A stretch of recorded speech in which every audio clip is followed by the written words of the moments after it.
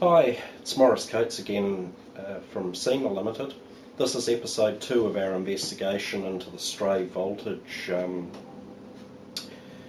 tests that have been finding stray voltage emissions from our units. I'll try and make this episode a bit shorter. The last one went on for a while, but I do feel it's important to document every step that we take in our investigation. So I'm going to do some tests today using my prototyping unit, and this is the unit that I use to develop software with. This is a full-size milk pump controller. It's exactly the same unit that would be installed out in the field. The float is also a full-size normal float straight off the shelf out of our production. I do realise that this isn't a full or definitive test, and in the next episode we'll be going out into the field and performing these tests in a shed with a full-sized milking pump and a full-sized motor.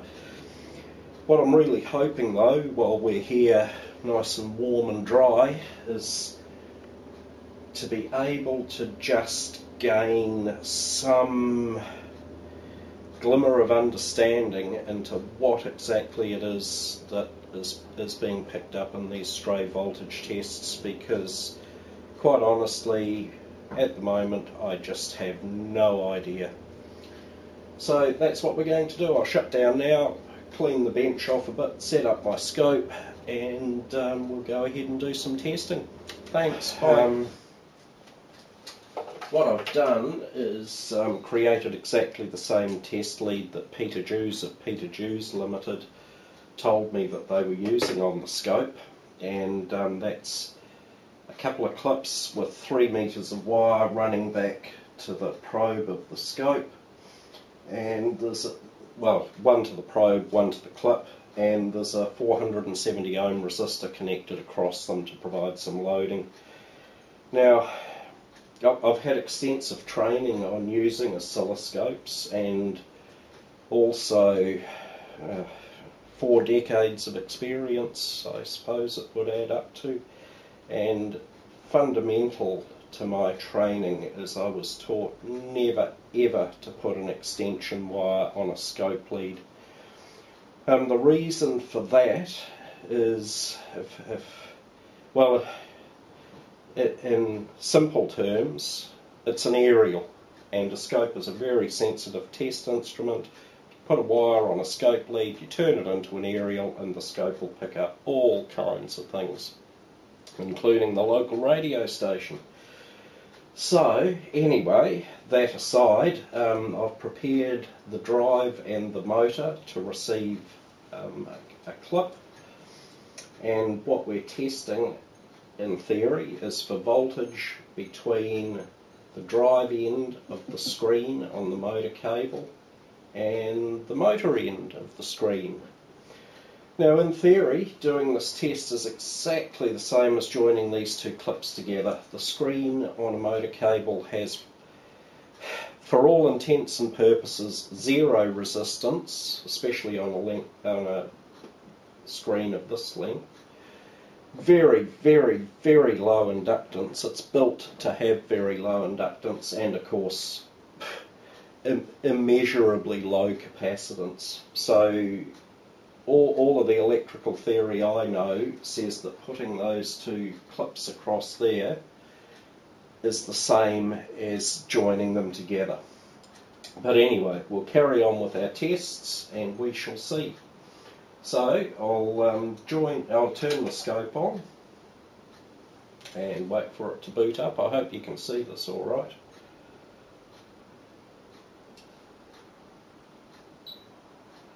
Okay, and we've got something. Actually, we've got quite a lot. That's the 50 millivolt scale, and you can see it's going up and down as I'm moving those. That's because they're an aerial. There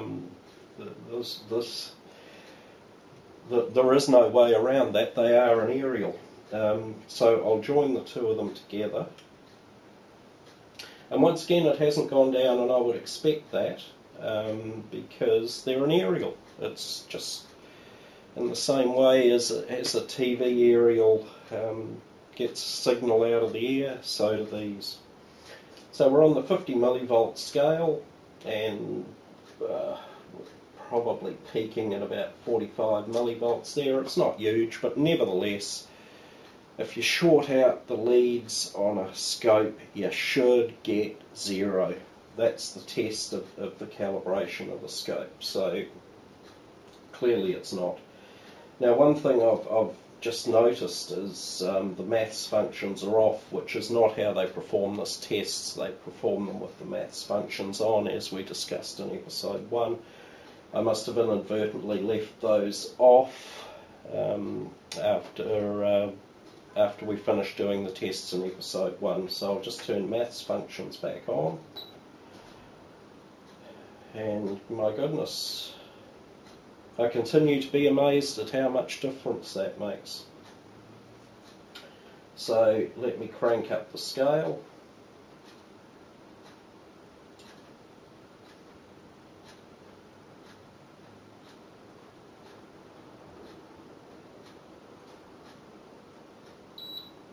Okay, I've just got an error message from the scope telling me that I can't turn the scale up anymore because it's at maximum.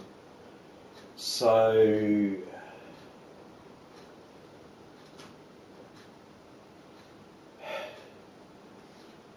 I've approached these tests with an open mind, but everything I'm seeing tells me that you, and all the theory as well, and believe me, I've read the manual on this scope from cover to cover. I don't believe there's anything I'm missing. All of the theory and all of the practice tells me you cannot use those maths functions when you're doing this test. There is something in the scope, in its digital processing or in its programming, or something that just hopelessly skews the results if you use those maths functions. So I'm going to do this test with those off, because it just doesn't work with them on. I mean, it was giving us 80 volts there with these joined together. Okay, so it's the same setup as last time. I have no variable speed drives powered up in here. All I have is my prototyping unit. So I'll go ahead, actually I'll just see what our background level is, so I'll clip those together and lower that. Yeah, okay, it's the same background level and it's 50 millivolts, which isn't a lot, but it shouldn't be there, it should be 0, so that in itself is significant. If I turn on the earth connection to the scope, doesn't affect it, which is not surprising. We're probably picking up 2ZB from down the road, I don't know. Anyway, I'll clip these on and we'll do the test. So as I said, to my mind there is no electrical difference between connecting these across the screen of the motor cable and just connecting them straight together. I just cannot see the difference. And just excuse me a minute while I go into the depths of the terminal box and do a connection on this. And there we have it.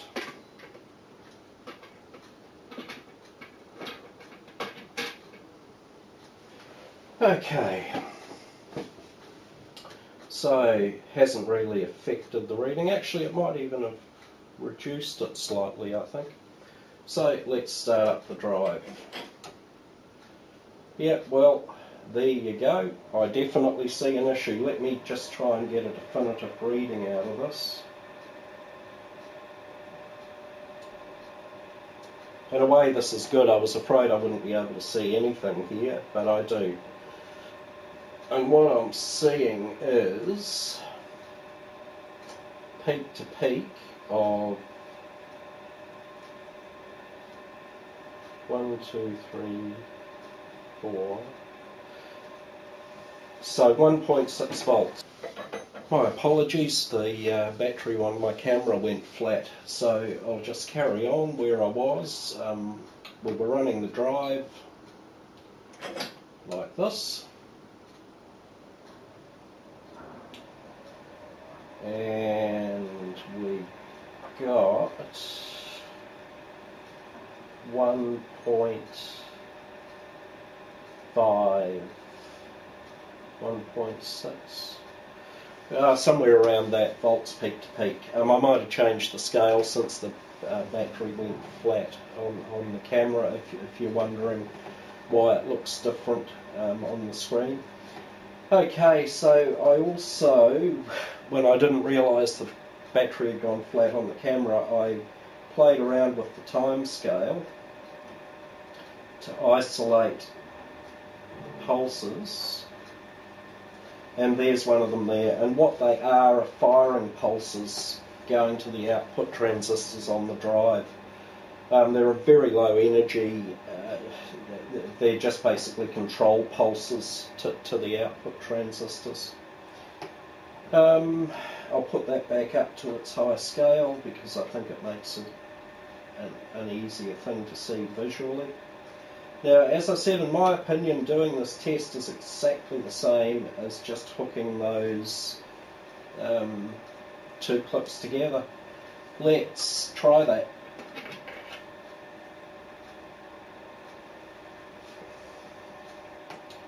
So let's hook those two together. Yep, same, no difference. Drops off a little bit as I take it further away from the drive and motor, which is what you would expect because the strength of the signal drops by the square of the distance away from the transmitter. Now we're reading this off in volts, but it isn't in volts. Across the junction of this scope probe there are 0 volts. What we're actually measuring is the gain of this, something called the gain of this area. If anybody's ever been a ham radio person or done anything like that, they'll recognise that term.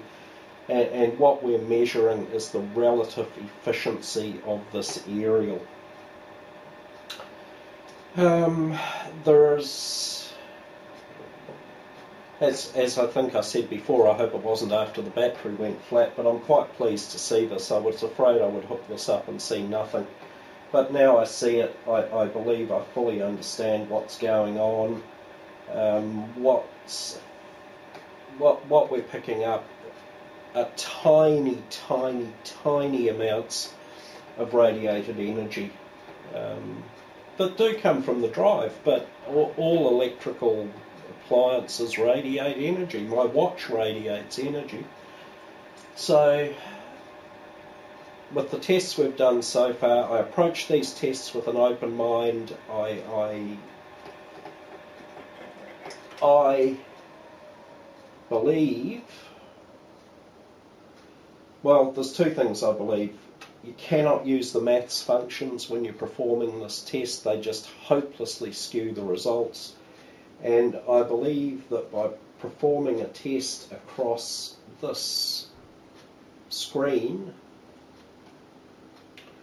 you're effectively creating an aerial and picking up radiated interference. The voltage reading that you get is absolutely irrelevant. It's just a measure of how efficient this is as an aerial.